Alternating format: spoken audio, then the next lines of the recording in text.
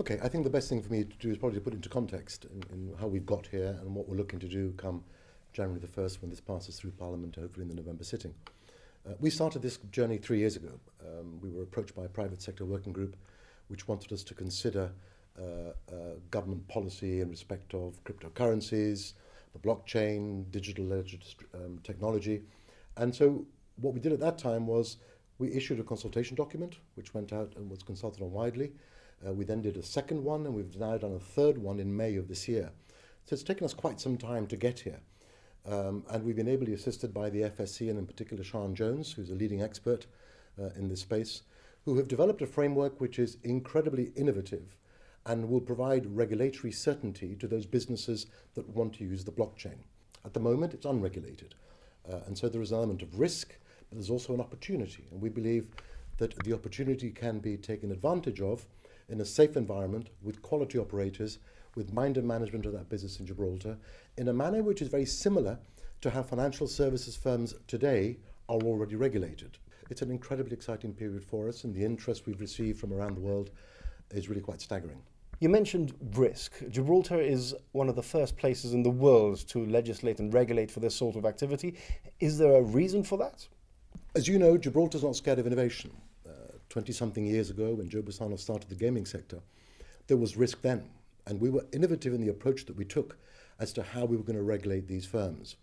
But we had a number of core principles then, and that was minded management in Gibraltar, real presence in Gibraltar, only quality operators, and regulate them.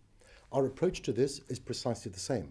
Yes, there is risk, but we're only interested in working with quality operators where we can mitigate and manage that risk, regulate them properly, have their presence in Gibraltar, and really adopting and learning from the experience we had in gaming in this new innovative space. I believe that we have an advantage because we started 3 years ago, when many others have only just started now as the interest increases and the noise gets louder. And also we're able to move quickly.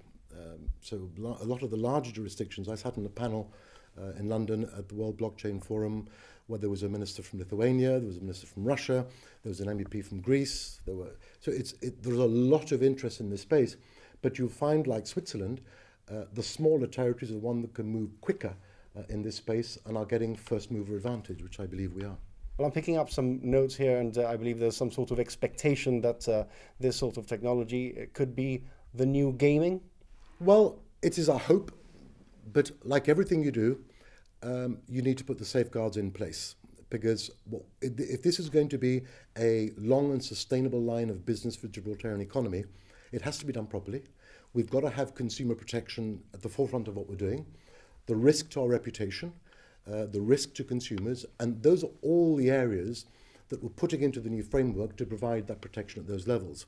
If we get that right, and I'm confident that we will, I think it could be a significant area of growth for our financial services sector and other areas on the periphery of it, and of huge benefit to our economy, yes.